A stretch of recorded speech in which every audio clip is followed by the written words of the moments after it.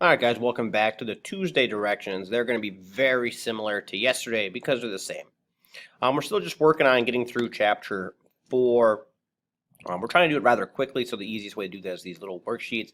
It's a win-win. You guys get all the information you need. It's pretty quickly obtainable, and obviously you guys get points for doing it, so it's a win-win-win. Just go through the readings. We're just doing the 4.4 and the 4.5. Some people already turned in both. That's amazing. Nice job for you people going above and beyond.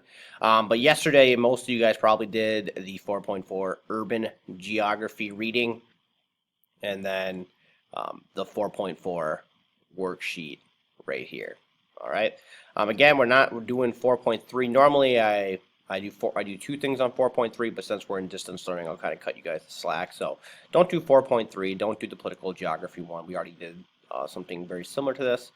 Just do the 4.4 worksheet, and then the 4.5, the economic geography, where that reading's right here. And the 4.5 one's probably going to be a little more challenging than the 4.4 one, just because there's more terms. All right, so more terms equals a little bit more work equals a little bit longer of an assignment. But again, everything you guys jot down, you'll be able to use on the quiz. So it'll help you now, and it'll also help you out on the quiz.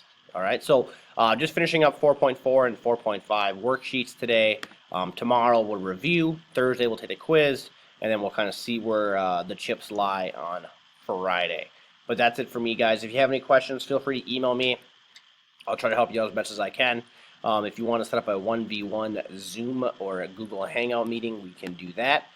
So if you need that, let me know, and we'll get that squared away. But that's all I got for today, guys. Good luck working, and I will talk to you guys tomorrow.